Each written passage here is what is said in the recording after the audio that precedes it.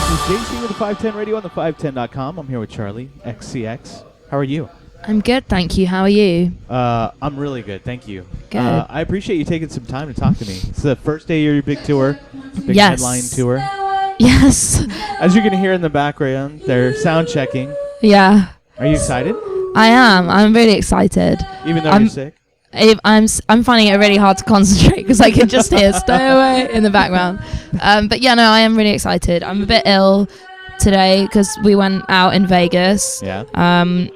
We were doing a festival there, and I kind of got a bit crazy, and that was cool. Like, we got a limo home, which was weird, but A limo, huh? yeah, Was that your first funny. experience in a big limo?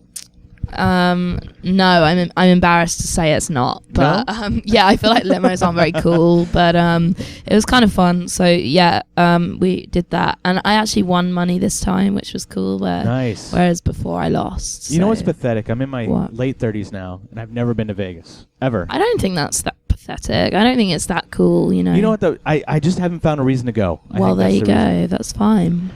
New album, True Romance, came out earlier this year. Yes. It's doing pretty good, right? Yeah, I mean, I Yeah? think it's good. No, I mean as far as like selling, it's really hard to sell records these days, but you're doing a good job at it. Like you I seem to am. Oh, cool. have figured it out. Cool. Yeah, I mean, it's good. Like, I'm actually already working on my second record, so I like to move fast. But yeah, I mean, True Romance is cool. Like, it's good. I worked really hard on that record for like 5 years, so I'm just proud that I managed to put it out. Sorry about this. No, it's okay. And yeah, it's like my first child. So. Yeah. It's you put out another album, but it was kind of on an indie label. But It was on my own label, but we don't really talk about that album. No. Is it just one of those things you wish would go away? Not quite, but it's just, it's something that I released when I was like 14, and I mean, I don't know what you were doing when you were 14, but like, I was just messing around, and Yeah. weirdly enough, the things that I was doing when I was 14 can be found online, and everyone can view them, and it's really, for me, it's like kind of weird, because I don't know if the things that you were doing when you were 14, you would have wanted them to be like publicly viewed. No. So that's kind of how I feel about it. But I'm not like embarrassed because the songs are still good. Yeah. But I would just hate for people to hear that record and think that was an accurate representation of who I am now, because it's not. That's like me as a 14-year-old. Well, I think a lot of bands, when they release their first album, they're like, this is clearly us learning, right? Well, that's for me. I don't even see that as my first album. I just see it as like, I don't even know. I just see it as some ideas that happen to get printed onto a CD. Like, I see sketchbook. Yeah, my sketchbook. I see True Romance as my first record for sure. Nice. So you also, a lot of people know you from Iconopop, that single, I Love It. And I read somewhere that it wasn't even a song for you, that you wanted it to be somebody else's song. Yeah, well, I wrote it and I knew I didn't like it straight away. So, not that I didn't like it, I just didn't want it for my record. That wasn't the album that I was making. Yeah.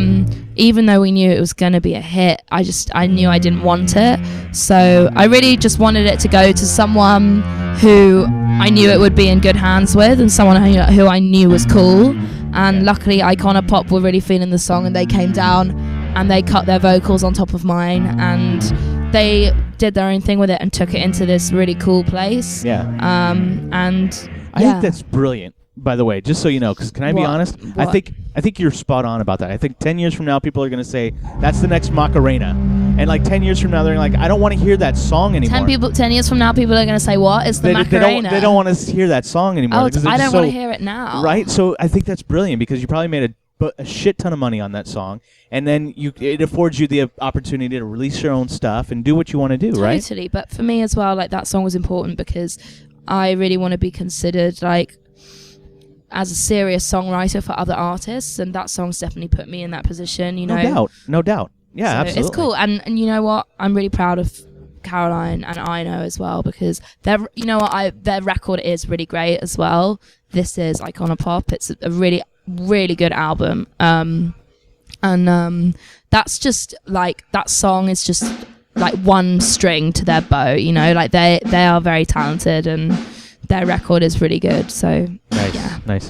Talk about your songwriting process for you? You mentioned that it's not really a process. You just have ideas, you jot them down. Yeah. Is that kind of the approach you're taking for the next album as well, or are you trying a different approach? Well, for the next record, I actually just want to write it really fast. Like, I hate spending time on things anyway. Like, I hate spending time on writing songs. For me, like, the best songs are written in half an hour with no thought. Like, that's how I write. I love it.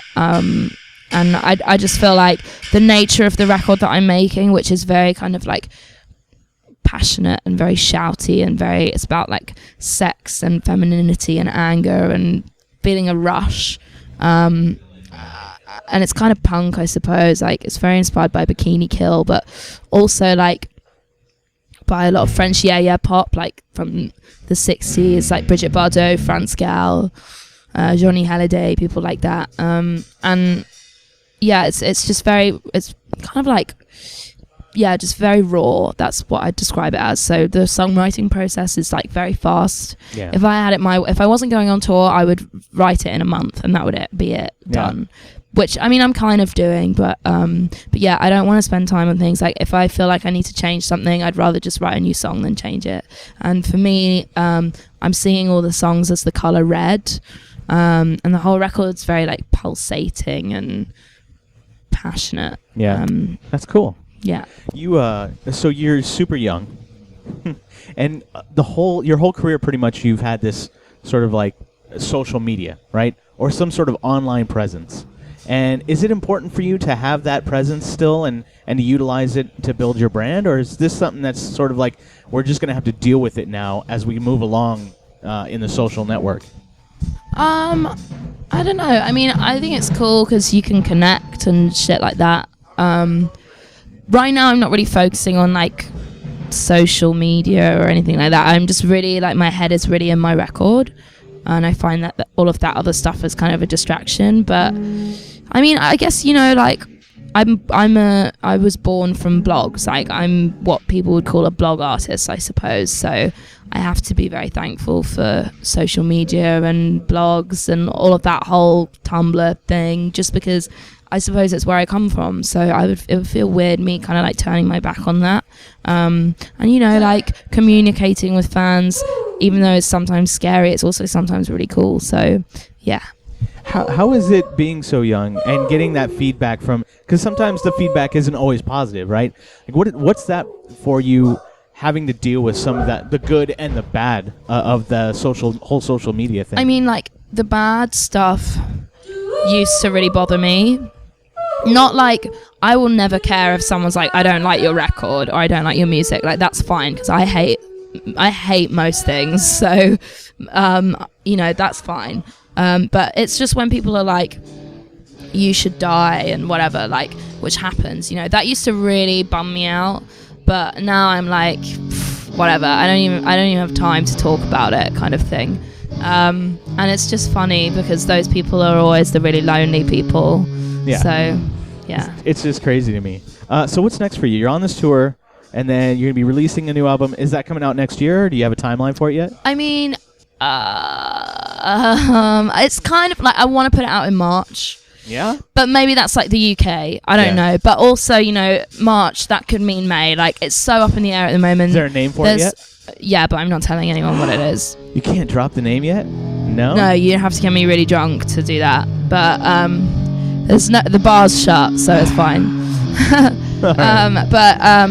Yeah, maybe like, I mean, definitely like hopefully early next year. Yeah, but I don't know, like the US, it might be a bit later. I'm not sure.